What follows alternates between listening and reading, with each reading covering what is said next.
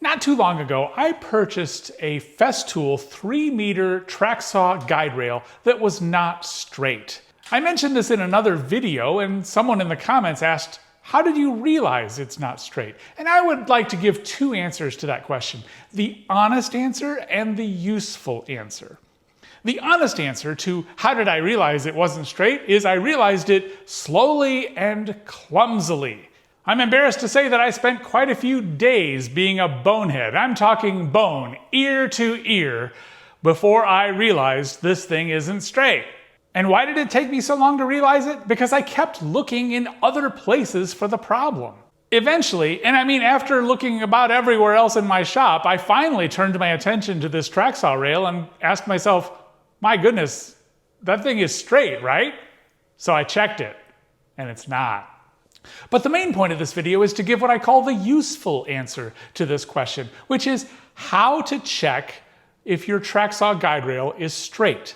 And I'm going to explain two basic ways that you can check if something is straight, like a track saw guide rail. One way is to draw lines, and this way doesn't require that you have anything else straight, so you can use it to check anything. The other way is if you have something that you know is straight, you can use it to check if something else is straight. So the first technique you can use to check if anything is straight is to use it as a ruler. Draw a line, then rotate it 180 degrees and see if you can draw exactly the same line. This is a great technique because it works with anything as long as you have a place to draw a line that is long enough for the thing you want to test. You don't need something that's already straight to check if this is straight, and that's why this is important. So I'm going to take this 55-year-old ruler that I got in grade school that still has its price tag of 29 cents on it, and I'm going to check and see if it's straight by just drawing on a piece of paper. So I'm going to start here, and I'm going to draw a line with this ruler. Helps to start with a sharp pencil, helps to try and keep your pencil at the same angle as you draw. The technique is pretty simple. When you come back around, you just have to reverse it to the other side. There's no magic technique, it's just being patient and lining things up. And if you can draw the same line, then you know that it's straight. Probably the most common or practical way to check and see if something is straight is to place something else that is straight up next to it and look for gaps. Now, I made that sound really simple, and conceptually it is, but in practice there are a few things to say. First of all, you need something that's straight.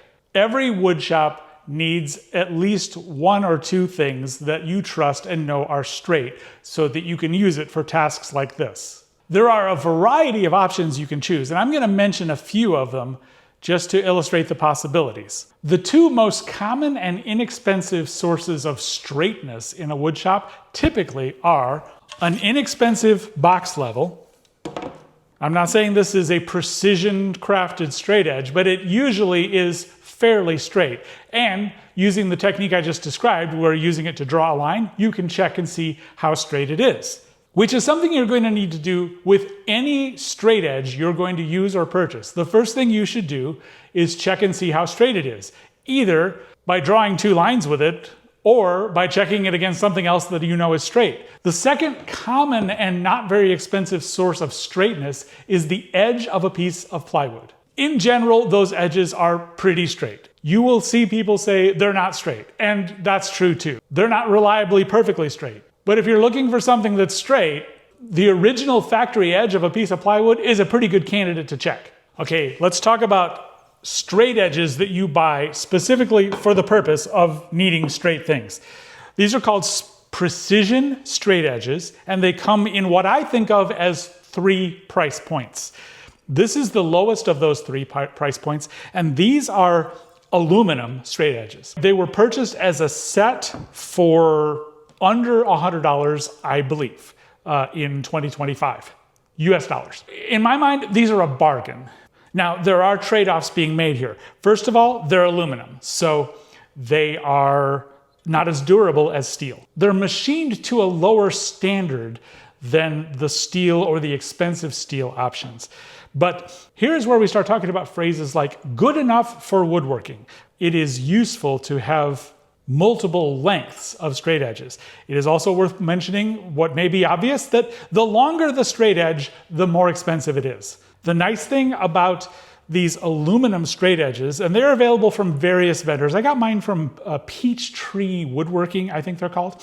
And the nice thing about these is that the aluminum set comes with one that is 50 inches long, which is pretty long for a precision straight edge. The second price point to mention for precision straight edges is steel, but not very expensive. These are precision straight edges from Veritas, Lee Valley's brand. They are considerably more expensive than the aluminum options I just showed you, but not crazy expensive. So if you're in woodworking and you want to go for steel, I think these are a pretty nice option as well. It's worth pointing out their longest one is only 36 inches. So steel is not merely more expensive, you get less. One of the defining things about a precision straight edge, in my opinion, is its ability to stand on edge. The aluminum ones could do this too, because you very frequently want to be able to stand a straight edge on its straight edge when you want to check how flat something is. It's not in play here when we're checking the straightness of this guide rail, but you use the same tool when you're checking for flatness, and that's when you want it to be able to stand on edge. The third price point for precision straight edges is the one I can mention but not show you because I don't have any.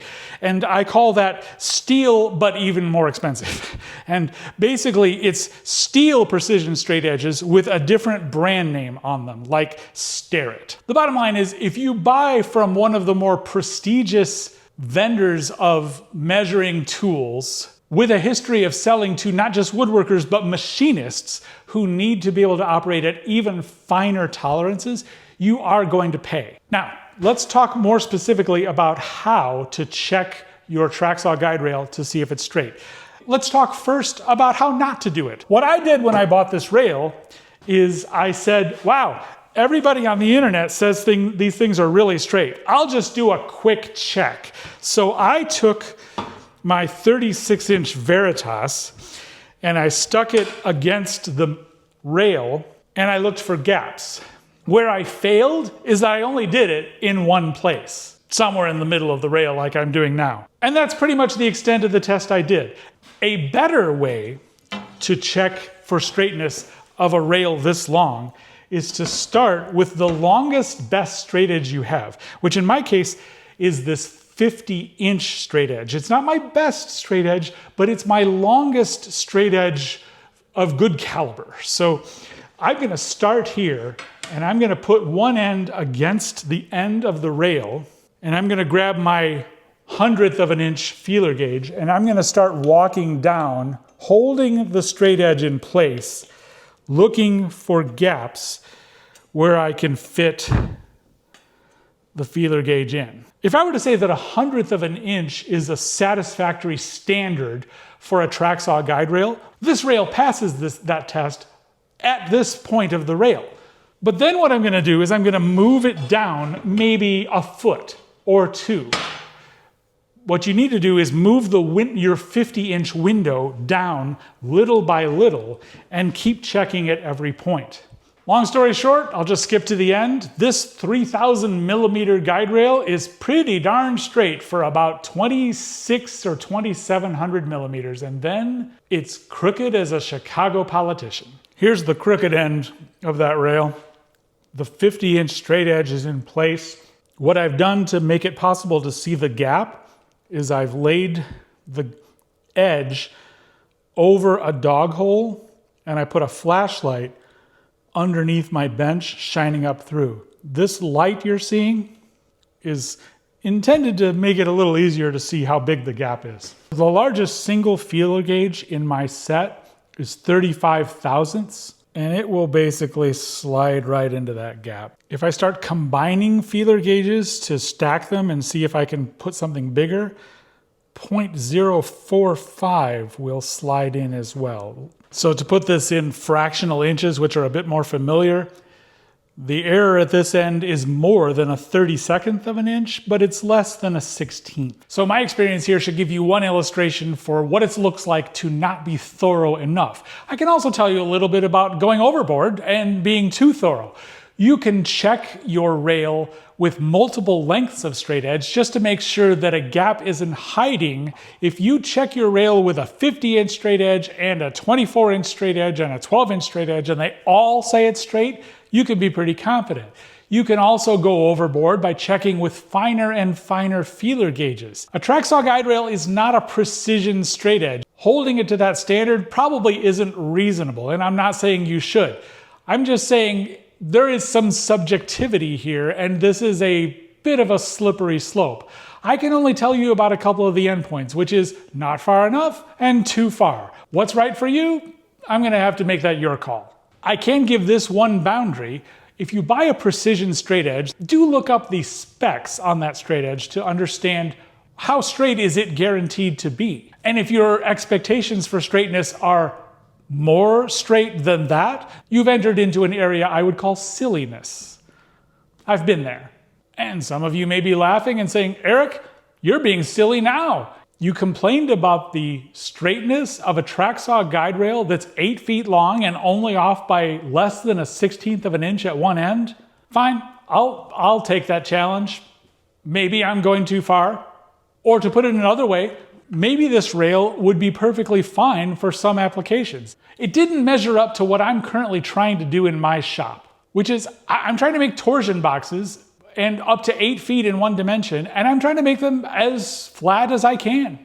And to do that, I need to be able to make things as straight as I can.